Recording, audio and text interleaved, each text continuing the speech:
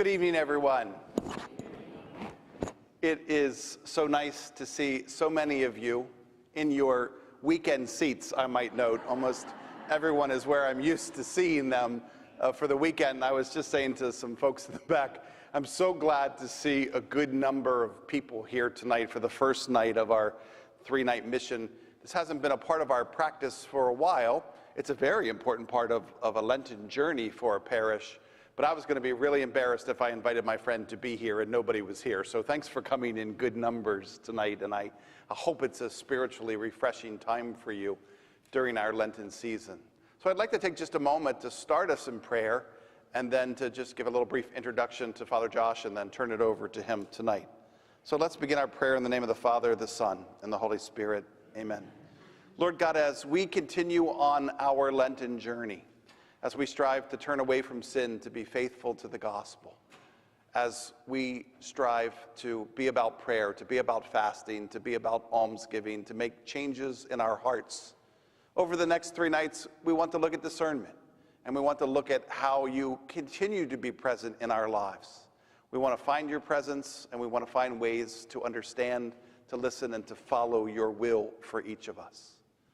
As we begin our parish mission tonight, we stop again to remember the people of Ukraine, the people of Russia, the NATO troops who are in the middle, and the worldwide community who is coming together to help our brothers and sisters in need. We pray especially for the civilians and civilian institutions whose lives have been so disrupted, many of whom have lost their lives as a result of this war. As we pray for peace in our hearts and peace in our communities, we pray for peace in our world and peace in the streets of Ukraine. We ask that you bless Father Josh as he is with us for these next 3 nights to help us to discern your will. And we ask that you continue to bless us in our parish in our time of renewal as we strive to be lifelong disciples, always hoping to make and to inspire new disciples. And we make this prayer and all of our prayers through Christ, our risen Lord. Amen. It's a great joy to welcome Father Josh Laws. Although he's already said hi to 15 people, he must have a lot of connections with people that are here tonight. But it's great to welcome Father Josh to the Catholic community of St. Francis Xavier. Father Josh is a priest of our archdiocese. He's not a Baltimore boy per se. We're all, priests of the archdiocese are all Baltimore in the bigger sense of the word, but Father Josh grew up at St. Stephen's in Bradshaw. In fact, Father Josh's dad is a permanent deacon, like Deacon Don. So it's a literally father-son, priest-deacon relationship in the family. Father Josh went to Loyola High School. Sorry for the Calvert Hall people here, but for the Loyolas, go Dons. Father Josh, after Loyola, went to he was at St. Mary's Seminary here in Roland Park for a year, and then went to the North American College, which is really not a college, it's our seminary in Rome, where he spent 5 years. Has done a variety of work here in the Archdiocese, but currently is serving as, having been ordained in 2015, now is serving as the pastor of the Catholic community of South Baltimore, and that actually encompasses 3 parishes in the Federal Hill, Locust Point area. So he's a very busy man trying to coordinate 3 parishes, but he has a great love for spirituality, he has a great love for the poor, he has a great love for social justice. He's probably in the most concentrated area in the Archdiocese of young adults. They're literally all around him, and he has great skills for people of all ages, but has a special place in his heart and in his training for Jesuit spirituality, Ignatian spirituality. And he's looking forward, I know, to be with us tonight, tomorrow, and on Wednesday. So please join me in welcoming Father Josh to St. Francis.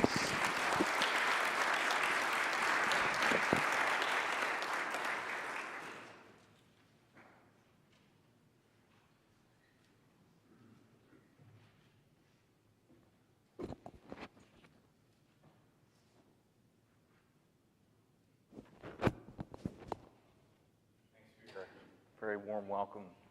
It's great to be here. I first heard about the Catholic community of St. Francis Xavier from Father Tom Donnellan. When I was at Loyola College, he was a daily mass goer, and he sat 2 rows ahead of me.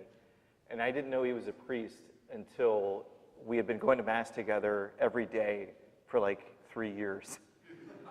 But then we started getting together for coffee afterwards, and he started telling me about this parish, this community, and it's just the idea of it is really exciting and something I was kind of excited about. So it's great to be here tonight, to be with all of you, and to see this beautiful space filled with a community of faith that has a sense of purpose, a sense of intentionality about how we fill this space, how we fill our hearts in prayer. So it's great to be here, and it's great to be here with Father Kevin too. We're in the same Emmaus group, which means we get together once a month with the same guys, all priests of Baltimore, and just kind of share the journey, that idea of the gospel. The Emmaus, these guys are leaving Jerusalem in despair, and Jesus begins walking with them. And the idea is we walk with each other in the midst of everything that's going on. It's not all despair. It's actually mostly pretty good. But so it's good to be here. Thanks for the welcome. And I was not surprised, but it's great to see Kevin Murphy. We were just reliving a moment as we were over the Atlantic Ocean on a plane with our rugby team from Loyola Blakefield, going to tour Ireland and play far greater teams than us. And we're about halfway over the Atlantic Ocean. The pilot, whose name was Kenny, he has a ridiculous Irish accent, gets on, and he says, "I'm sorry, folks, but we have a little bit of a problem." And then he kind of pauses. And that's like the last thing you want to hear when you're in a plane, let alone over an ocean. But it's great to see you, great to be here. As Father Kevin said, I'm in the Catholic community of South Baltimore. And just by way of geography, we're a peninsula. So we start at Raven Stadium and go out to Fort McHenry. So it's the Federal Hill, Locust Point neighborhoods. There's 3 churches there.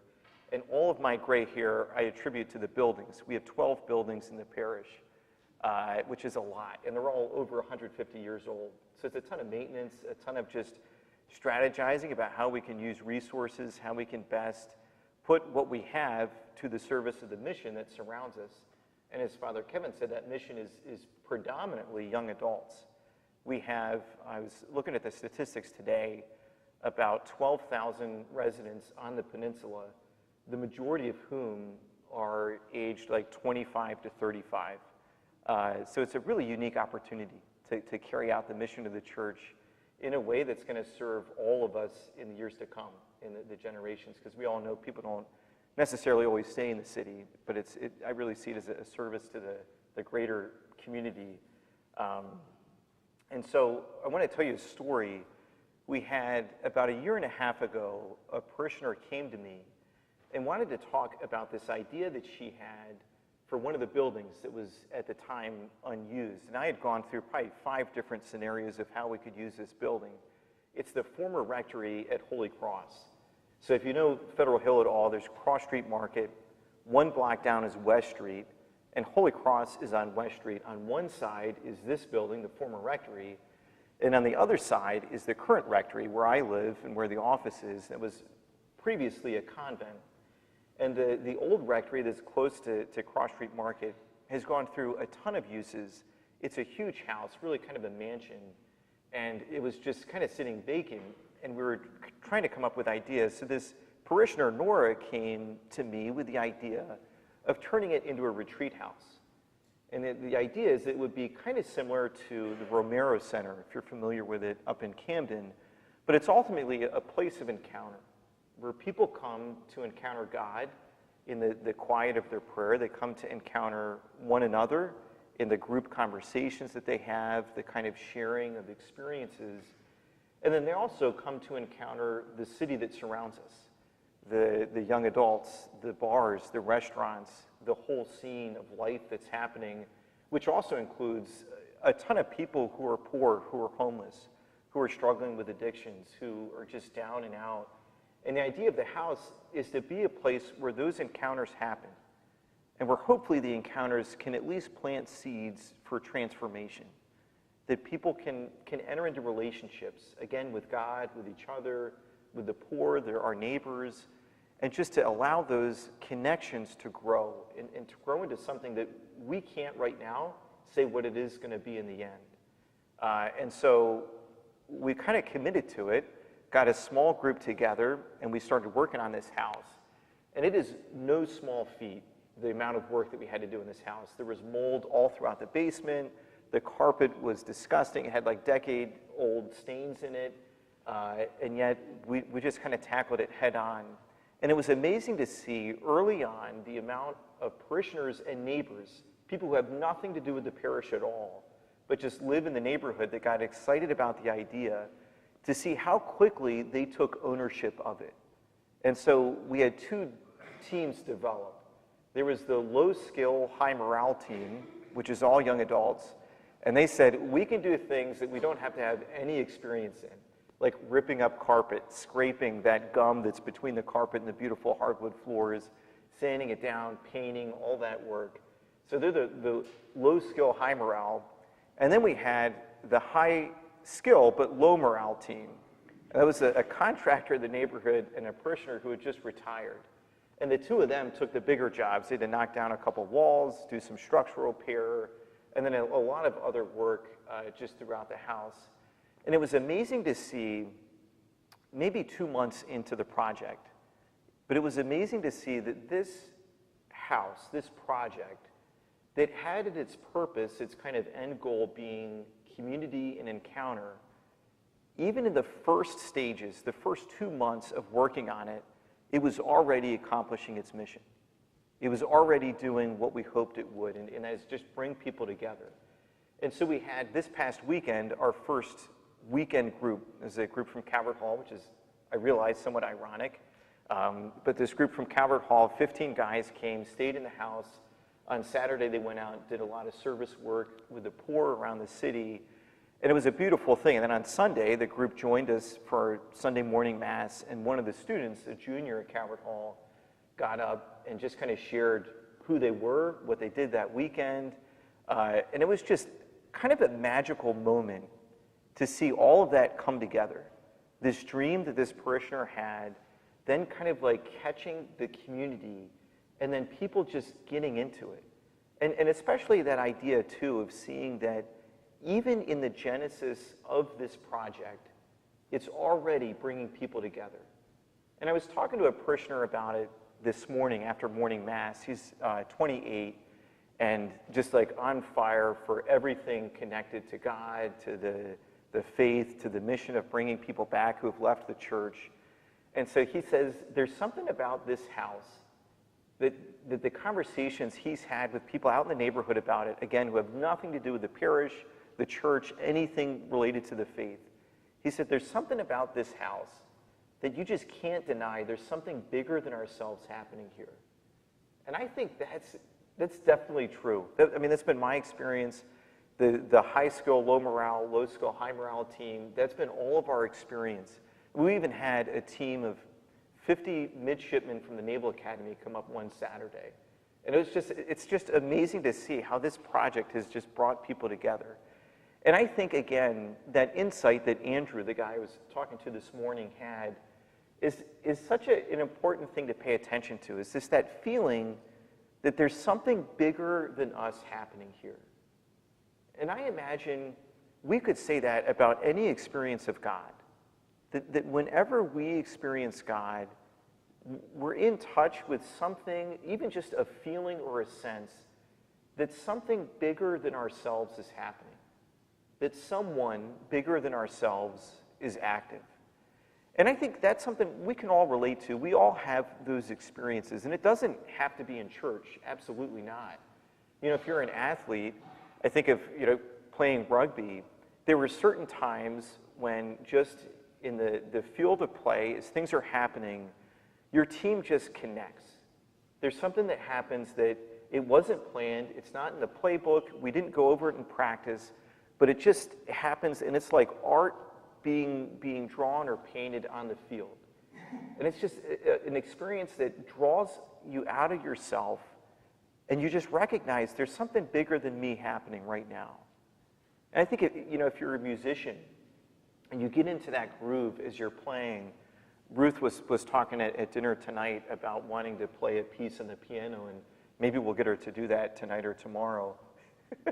But there's something about just that experience of playing an instrument, whether you're by yourself or together with others, and something happens that just kind of takes over.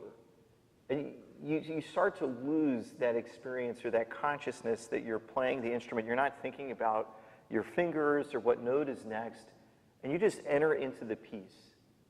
Or maybe I think, like as a couple, those moments when you're still dating and you start to realize that this person is the one. There's something that just, it's a magical connection. Maybe you can't articulate it in words, but you just feel it, and it's undeniable. That something bigger than just me is happening right now. Something that is just right. Or maybe as a parent, as you look at your child for the first time, you just have that experience of, how did this happen? I'll never forget one of my best friends growing up, this guy, Ben, and he said the scariest moment of his life was when he and his wife, Jen, brought their firstborn home from the hospital. Because it's like, when you're in the hospital, you're safe. You got the doctors, the nurses, but then as soon as you cross that threshold, step into your house, it's all on you. And he said it's this recognition that there's just something huge about this. There's something much bigger than us happening here. And I think we do experience that in church too. Whether it's Easter Sunday or just a daily Mass, there are some Masses as a priest where every Mass there is that connection, but some Masses stand out, and it's just, there's something special happening here. And we can't bottle it up, we can't contain it, we can't force it, we can't bring it about on our own, but when it happens, it's awesome. And it's again, just this magical experience that we're a part of something much bigger than ourselves. And as Christians, we believe that something or someone much bigger than ourselves is God. And I think, as we talk about discernment, which we'll look at the next 3 evenings, the whole, I think, idea of discernment is to see God. It's all about learning and training the eyes of our soul to be able to see and recognize God, to see where God is active.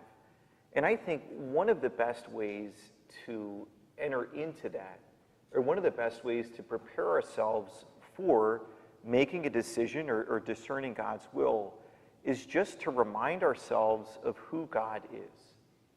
And God has revealed God's self to each of us in different ways. I do spiritual direction, which is kind of an opportunity to talk with someone about your relationship with God or your prayer. So I do that with a few different people. And I kind of have come to really believe that God reveals God's self to people in different ways.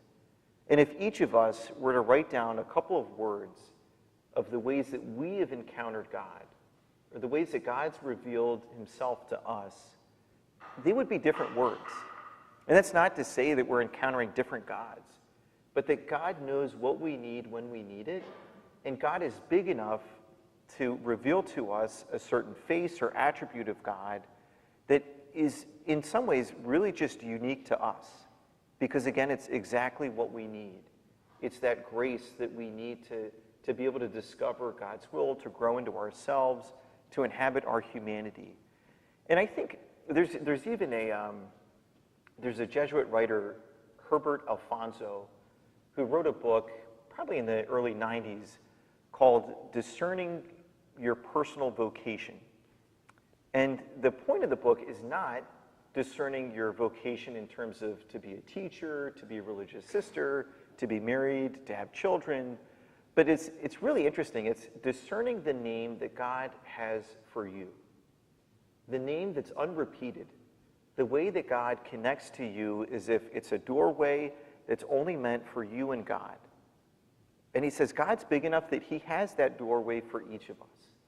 There's that name that's unrepeated that each of us has as our kind of connection point with God.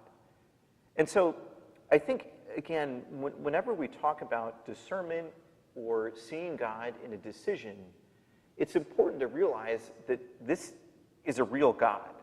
It's a God who's already been at work helping us to prepare for a decision, for this discernment. That God is already at work revealing to us who God is. So if you look at the paper that was handed out as you got here or after you sat down. On the front, it says the Examine Prayer. So tonight, what we're going to do is just talk about the Examine Prayer, and each of the 3 nights are going to be really practical.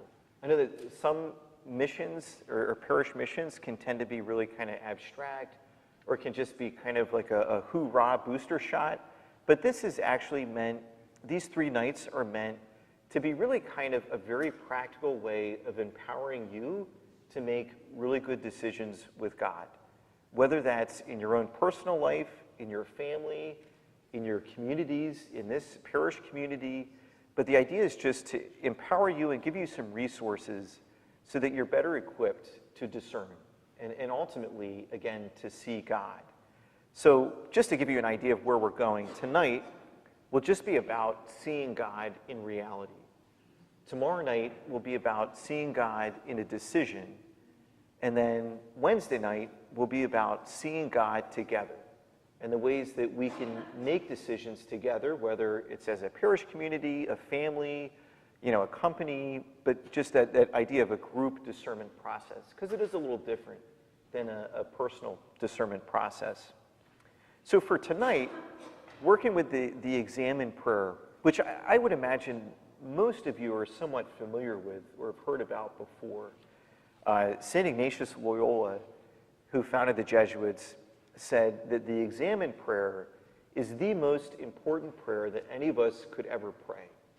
He encouraged people to pray the Examine Prayer every single day. And he even said of the Jesuits, this religious order that he formed, it was more important for them to pray the Examine Prayer than to pray the Liturgy of the Hours, which is a set of prayers that all priests are supposed to pray or called to pray.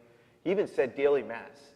Praying the Examine Prayer was more important than going to daily Mass for them. So it just kind of tells you the importance of this prayer and the power of it. And I would say one of the underlying foundations of the Examine Prayer, and really of discernment and certainly Ignatian spirituality, but I think Christian spirituality in general, is that the only place in our lives where we will ever find God is in reality. So again, the only place in our lives where we will ever find God is in reality. And sometimes that's not easy, because reality certainly is not always easy on us. But that's where God is. As we look at what's happening in the world today, this terrible, evil conflict between Russia and the Ukraine, all the pain that's happening in Baltimore City, the own pain that we experience in our lives at the loss of a loved one, or the kind of separation that we might experience in a family, different things we go through, God's present there. God's not present in the world that we wish existed, because that doesn't exist either. God's present with us in reality, in the experiences that we have day in and day out. So the idea of the Examine Prayer is to train the eyes of our soul to be able to see God with us in reality, to be able to see that God is who he says he is. Jesus is proclaimed as Emmanuel, God with us. And as Christians, we think he means that. We think that is legitimate. So we look to find God in reality. And again, that's what the Examine Prayer is all about. So we'll just kind of go step by step through this description of the Examine Prayer. So the first step of the Examine Prayer is to recall your relationship with God. So again, the idea is that God has revealed God's self to you in a very unique way, and in a way that helps you to remember who God is. The best thing that you can do is to recall literal, concrete experiences where you met God, or where God met you. So again, those moments like putting together this retreat house, or playing an instrument, or playing on an athletic field. Those experiences where we just feel like everything is right in the world, where everything is happening that's good, we're kind of drawn out of ourselves in this experience of connection. we could call that a God moment. And we all have them. So the first step of the examine prayer is just basically to remind ourselves who is God. And not really who is God that we've read about in a book, but who is God as we've experienced God to be. And to even try, even if it's just for 30 seconds, to enter back into one of those God moments. Again, to refamiliarize ourselves with who God is. And then the second step, which is really consistent for Ignatius, is to name the grace that we desire, to ask for what it is that we need. And sometimes we're aware that that is a more long-term thing. So sometimes we're aware that we're really struggling with a particular bad habit, or even just a situation at work, and we're not really sure how to resolve it. So we're just constantly, day after day, praying for the grace to know what to do. Or we're praying for the grace to grow in patience. Or praying for the grace to know what to do in this relationship that we're in, whether it's family or friend or neighbor or any other relationship. But the idea is again, to pray for what it is that we desire. And what Ignatius said about this step, and the reason why it's at the beginning, is that it instinctively reminds us of our relationship with God. So we did, in the first step, this kind of very personal relationship with God, of how I experienced God. But in the second step, by naming what it is that we need from God, we're acknowledging that cosmic reality, that we are creatures and God is the creator. That we depend on God for everything. That God gives us the life that fills our being. God gives us the air that fills our lungs, that pulse that keeps our heart going, that flows blood through our bodies, that keeps us alive and vital and excited and able to engage with other people. That's all God. So by asking for what we desire, certainly we ask for that in a specific way, but in a much bigger fundamental way, we're acknowledging, I need you, God. And we're saying that both to God and to ourselves, which is a really good thing to get in the habit of doing. It's just to remind ourselves that we are creatures of the Creator. You know, as Jeremiah says, we're the clay, and God is the molder of that clay. He's the one that forms us as we go through life. So then the third and fourth step go together in a very kind of yin and yang kind of way. So the idea of the third and fourth step is that we look back on our day so as to name and identify those experiences of God where God was present or active that day, and then also those times or experiences where it felt like God was absent. And I think if we were to take a step back, the gospel reading that we had this past Sunday is really a great example of what these two steps can look like.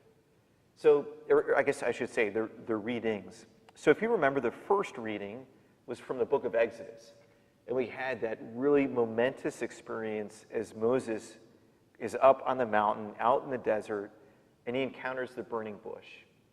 And there's something about that burning bush that catches his attention. And so he stays there, he lingers there, because he knows there's something bigger than me here on this mountain. And as he stays, what he notices is that the bush, even though it's engulfed in flames, it's staying strong. The bush is resilient. It's not burning up in the flames, but rather it's remaining. And it's something about that just caught his attention. So he goes up, and then there's a voice that comes out of the bush. It begins communicating with him, reaches out of itself to connect with Moses, and it begins speaking words of freedom, words of liberation for the Israelite people. And then the bush teaches Moses about God. In this really kind of radical, ground-shaking way, the bush, or the voice that comes from the bush, reveals God's name. I am. This is the first time in all of the Bible to that point, the first time God really gets personal. Because before, God was saying, Abram, later Abraham, this is who you are. Speaking to the early Israelite community, the Jewish community, saying, this is who you are. But now this is the first time God is saying, and now let me tell you about who I am, because I am with you. I am with you, Israel. I've heard your cries, and I am with you even in the midst of slavery. So the bush, that experience for Moses, it taught him about God. So if we take those three kind of attributes, or those three parts of the experience of that burning bush that Moses had, and apply that to our daily experience, we ask for, what are those times today where I was drawn out of myself to experience something that was kind of bigger than myself, that was strong? You can think of God's grace, and I got a decent laugh out of the crowd, the younger crowd at the church this weekend. It said, Paul says that God's grace is indestructible. It is permanent, it's eternal. Once it's given, it doesn't go anywhere, you can't destroy it. It's like a Yeti cooler. That God's grace is so strong, it's always here. So when you identify God's grace, you can lean on it. You can let that grace orient you, help you make decisions. You can go with the flow when it comes to God's grace, because you know it's going to work. Because you know it's strong, it's resilient. And like God, God's grace will always remain. So that's the first thing. The second thing is, again, the bush, it goes out of itself. It communicates with Moses. And God's grace does the same thing with us. It works by means of connecting us with the people around us. Whether it's our family, people at church, people that we see on the street whose names we don't even know. God's grace is a connector. And it's always drawing us out of ourselves. And then that last part is that God's grace and those God moments that we have every day, they teach us something about God. Even if it's just the fact that God is still with me, with everything that I've got going on or everything that's going on in the world, God hasn't given up on me yet. And that's a pretty big lesson for us as Christians to learn, that God's not going to give up on us. And I think it's so good to be in this regular habit or routine with the examine prayer of naming and really looking for those experiences in our lives that are like the burning bush. Those moments of God, again, that are firm, that are strong, that draw us out of ourselves, and that teach us something about God. So there's something that's just really good about naming those experiences. And then as we do that, to have a conversation with Jesus and just to thank him. Because it's all a gift. He didn't have to do any of it. He didn't have to create us, but he chose to. Because he's convinced that we're a blessing to the world. So even the graces that we experience every day, they are gifts to us directly from Jesus, directly from God. So it's a good idea to say thank you every once in a while. And this prayer is a very concrete way of making sure you don't forget to say thanks, especially for the gifts and the graces.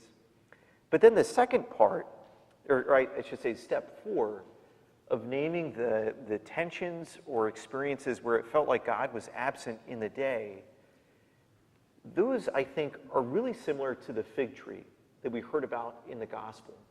And if you remember, there's kind of this really crazy dialogue that Jesus has with the people about like tragedies that happen. That, I think, is a little bit more difficult to unpack. But then the parable that he uses at the end of the gospel that we heard yesterday, I think he gives us this great image for those experiences of tension in our life. So he talks about this fig tree. And the fig tree is in an orchard with other fig trees, but this one is producing no figs. And if we were to try and imagine that orchard as we walk through it, we see the fig trees that are alive, that are vibrant, that are producing good fruit. And then we see this fig tree, it's got to stand out. I imagine it must have looked different. And unlike the burning bush that was standing strong and firm, I imagine the fig tree was wilting, that it was like drooping. It couldn't even stand upright. It couldn't stay fully outstretched, but rather it's kind of like caving and really falling apart. And so in a similar way, those experiences where we find that we're limited in what's happening around us, that we don't have control, or we feel like God is absent or God has abandoned us, or we just feel like we're suffering and we don't have the answers, everything is unclear, we kind of feel like that. our spirits are drooping. We're like caving in, and we don't feel strong. We don't feel a sense of strength from within. And then the second thing about the fig tree is that, as Jesus says in the parable, it's not producing anything. It has no communication with the world outside of itself, but rather it's turned inward. It's really kind of just locked up in itself, and it's not able to give anything. It produces no fruit. It has nothing to share, again, with the world around it. And then the third thing is that the fig tree, at least seemingly, doesn't have anything to teach us about God. You know, we feel like it's completely lifeless, and like the owner of the orchard, we want to just cut it down. And that's what most of us want to do with experiences of tension or difficulty in our lives. We don't like it. It's not comfortable. So we want to get rid of it. And we do that all the time. We do that every day. When we're met with something we don't like, you know, like where you're sitting in traffic and you just can't wait for that light to turn green or for that person in front of you to find the accelerator, like you get so angry. I do it too. But there's something about that is maybe trying to escape from reality. And there's something about that experience where we're reminded when we can't control the cars in front of us that maybe we're not in control as much as we want to be. And so it's unsettling.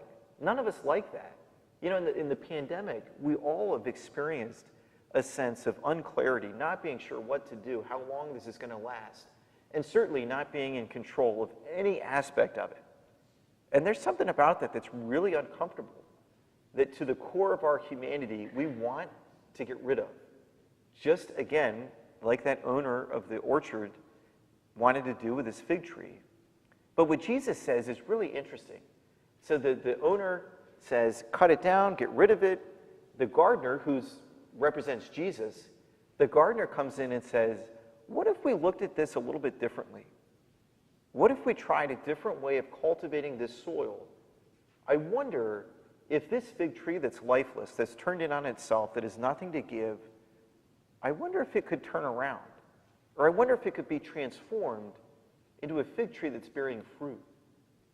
And I think Jesus in that parable is trying to tell us something about when things are hard for us. That as much as we want to just get rid of it and chop it down and just take it out of our life, maybe he's saying there's some richness to be gained by going around and maybe looking at it a different way, allowing ourselves to give it a chance, to be patient. And, you know, thank God God is patient with us. Yeah, because we all make mistakes. We're all imperfect. We all do things that we regret. And yet God doesn't give up on us. So I think in this parable and in the examine prayer, there's kind of a doubling down effect where we name the areas where we struggle, we name the crosses that we're encountering in life, and we don't try to get rid of them. But rather, we ask Jesus to help us see them in a different way, to help us, again, cultivate the soil in a way that maybe this time is going to help. Maybe this time is going to be transformative. And there's a real temptation in the examine prayer to turn that fourth step into an examination of conscience, where in kind of the old school way, I accuse myself of the following. And you go through and say all the ways that I made mistakes today. That's not at all what this is about. It's not all about us. It's not. Life isn't all about us, and it's not all about our mistakes. So this fourth step of the examine prayer isn't about the times when we fell short. It's about the times when we feel God fell short, or the times when we feel the world around us or reality fell short. And so the idea, again, is just to sit with it. And you can kind of do the same thing with both the third and the fourth steps if you really get into this prayer. And this is where it can become very transformative, is if you kind of start asking the question, why? So if it's a really good experience, a God moment, and let's say it was just a great conversation with a friend, to sit with that, almost as if you're experiencing that conversation again, allowing yourself to feel grateful for the friendship. And then you just say, why does that feel so good? And it's like, well, I feel good because I have this friend. So why does it feel good to have this friend? Because I know that this friend is with me. And to just keep asking that question, why? Because at the end, you're going to come to the realization it's good because God's there. And God's a part of it. And God's alive, and you know it, you feel it. Even though at first you may not have said it's about God.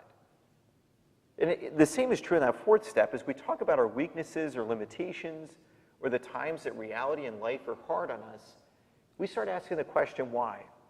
So that example, I'm sitting in traffic, it's driving me crazy.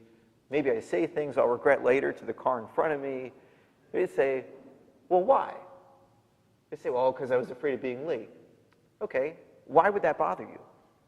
And you just keep asking why, and ultimately it's going to get down to the level of, I don't like it when I'm not in control. Or I don't like it when I have to depend on other people. Or I don't want to let this person down. I don't want to be seen as a failure. But there's something to that. There's something really, really rich to that process of just continually asking that question, why? And it really opens up doors of just self-awareness, but also, as we open those doors of self-awareness, in prayer, we're literally inviting Jesus, meet me here. Meet me here in this place where I don't like to be powerless. Meet me here in this place where I need control or where I don't want to let people down. Meet me here. And there's something about Jesus and the way that he deals with us, the way that his grace just engulfs us like those flames engulfed that bush that was on the mountain in the desert with Moses, is that he shows up. And it might not be the minute you invite him, but if you keep inviting him, he's going to show up. He says himself, if you knock on the door long enough, it's going to open. And in my experience, that's true. In the experience of friends I've had who I've talked about these things with, people I've done spiritual direction with, people I've known, it's true. God's not going to let us down. And it's not going to be the answer we want. Probably almost like you can count on that. But he's not going to let us down. If we open the door, if we knock on the door, he's going to open it. Or if we open the doors within ourselves, he's going to show up. And it's going to be something, again, like that retreat house, that's bigger than what we could do, bigger than what we could even ask for. And then the fifth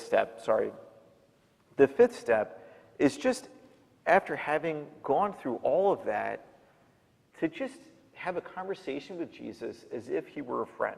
And hopefully he is a friend. But to have a conversation with him about everything you've talked about, everything you've revisited, and just to ask the question, what now? Maybe look at tomorrow and say, I got these meetings coming up, or this conversation I know that might be a little challenging. What now? How can I prepare for tomorrow? Or what graces should I be asking for now? And this prayer, again, it's really powerful. And what my experience of this prayer is, it's really been in ways that I couldn't have expected. One of the big ones is it's really helped me to grow not only in self-awareness, but what's called self-compassion. Like to be patient with myself when even after I pray about it, every time it happens, I still get frustrated at traffic. I still get frustrated making my way through South Baltimore. But there's something about that where it's like, okay, I know that this frustrates me, but God's with me in this frustration. And there's something about that that adds a level of adventure to our lives, a level of adventure to our faith. And I think, too, when it comes to discernment and that idea of making decisions, the examined prayer is the best way to prepare for that. Because in the examined prayer, again, we're training the eyes of our soul to be able to recognize God. And if discernment is the process of seeing God in a decision, it would really help us to be familiar with what God looks like, what God feels like, the way that God interacts with us, the way that God speaks to us. So again, this prayer is just really, really powerful. And I thought I would end with a story. Actually, before that, why don't I do this? Before the story, on your way out, grab a paper that Ruth has. It's an exercise called your life history. And the reason why I think this exercise, if you're able to do it, tonight or tomorrow, I think it would be really helpful, because it's a way of walking through the course of your life, looking for those God moments, trying to identify where God has been present to you over the course of your life, and really what faces God has revealed to you. And again, it's all about growing in a familiarity of who God is so that we can recognize him. So that in our daily experiences, and especially in a decision, we can recognize when God is present and when God's absent. And the general idea of this exercise, it's all on the paper, but the general idea of it is you're kind of watching the history of your life as if it were a movie, but instead of you being the main character, God is the main character. And you're looking to see, what was God doing as I was in elementary school and those kids were picking on me? Where was God then? Or maybe in high school, you know, I had this experience. Where was God in that? And just to kind of refocus our eyes to be looking for God in the reality of our life. So the story is, if you know that this history of St. Francis Xavier, so his conversion story goes all the way back to college. He was at the University of Paris. His two roommates, anybody know who they were? Ignatius Loyola and Saint, you're right. Not St. Augustine. He was just canonized 3 or 4 years ago. Not Aloysius. He came later. It's Peter Faber. Peter Faber, it's kind of interesting. Peter Faber is, of the three, obviously the least known. Like, nobody knows who he is. Even there are even some Jesuits who don't really know his story. Because his life, I mean, from like a historical standpoint, is really boring when it's compared to Francis Xavier, who converted more people, baptized more people he's the number 2 evangelist in the history of the church. He baptized just under the number of people that St. Paul did. So like, huge figure, lots of action, great story. And then Ignatius of Loyola founds this order, really active in Rome, the formation of the church in a lot of ways. He wrote the spiritual exercises. And Peter Faber is kind of like, yeah, I was there too. But Peter Faber was, of the three, the most spiritual. And there are a lot of places that Ignatius says that Peter Faber was really the fabric. He was the backbone of this whole spirituality. He was the one that got it even better than Ignatius himself. And I think that teaches us something about how God works. That Ignatius wrote the exercises, but he says that Peter Faber understood them better than he did. God is big. God's so much bigger than any one of us.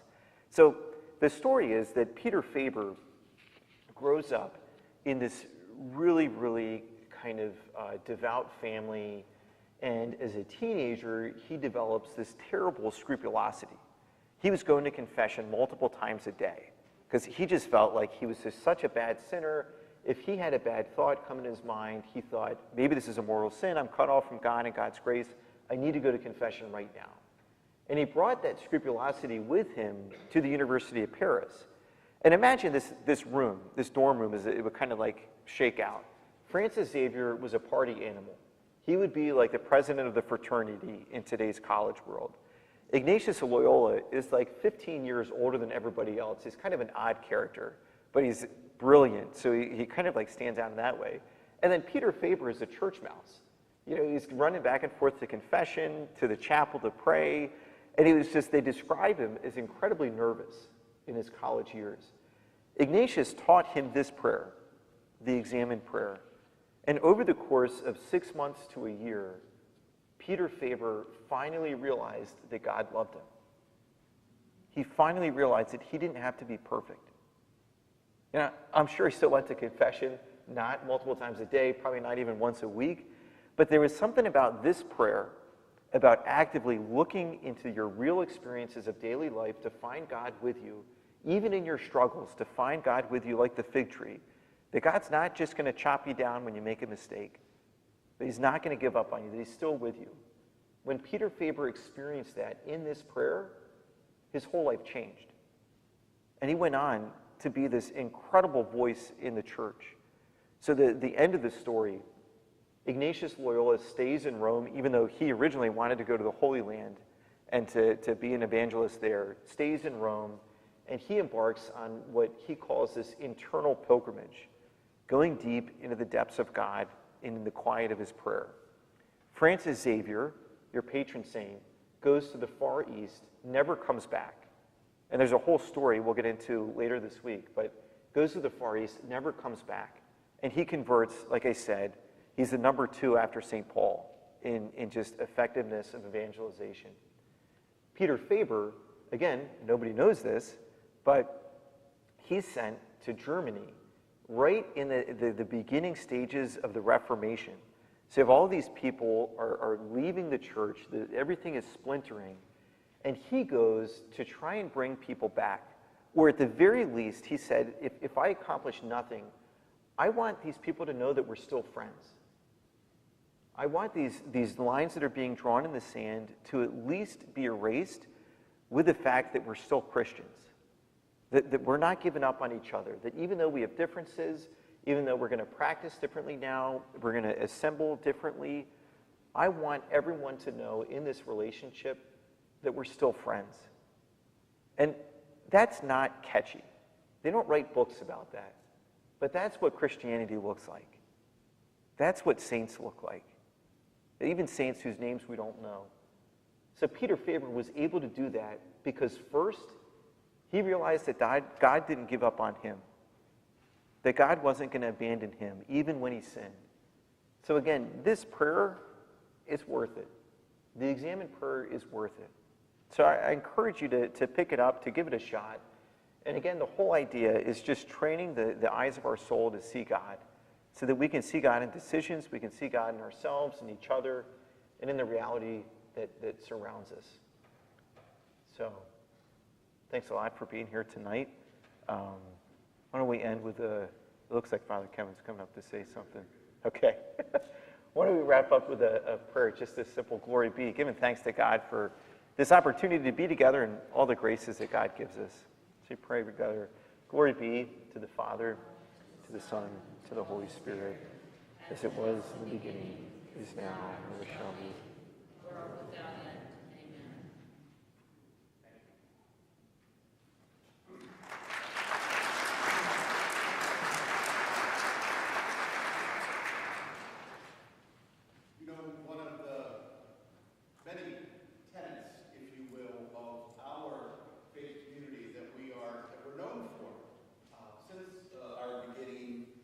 Certainly to people who visit our community. It's always fun to talk to visitors, and I think I shared this story that Ruth and I encountered recently where a friend of ours from our youth ministry days earlier in life was down in town with his son. That was a Christmas present. They're up in Pennsylvania. They were not Raven fans, but they were coming down to the game at Raven Stadium, and he had a teenage son. That's always a challenging time for young people. And the son said, after having been with us for the weekend, for the Sunday Mass, I wish we could have this church in our home. Like, he loves where he lives and wanted to stay where he lived, but he even as a teenager, was really, even in these post-COVID times, where we're still not able to operate as fully as we would like, he was moved by our hospitality and his worship experience here. Fairly recently, we've suspended hospitality because of COVID. We're actually trying to get that up and going again, and it's just a little bit of a slow response. But thanks to the generosity of some of our parishioners, we do have some light hospitality after Mass tonight with some light refreshments out in the gathering space. So we hope as many of you who are able can stay with us for some coffee and tea and water and cookies, just some light refreshments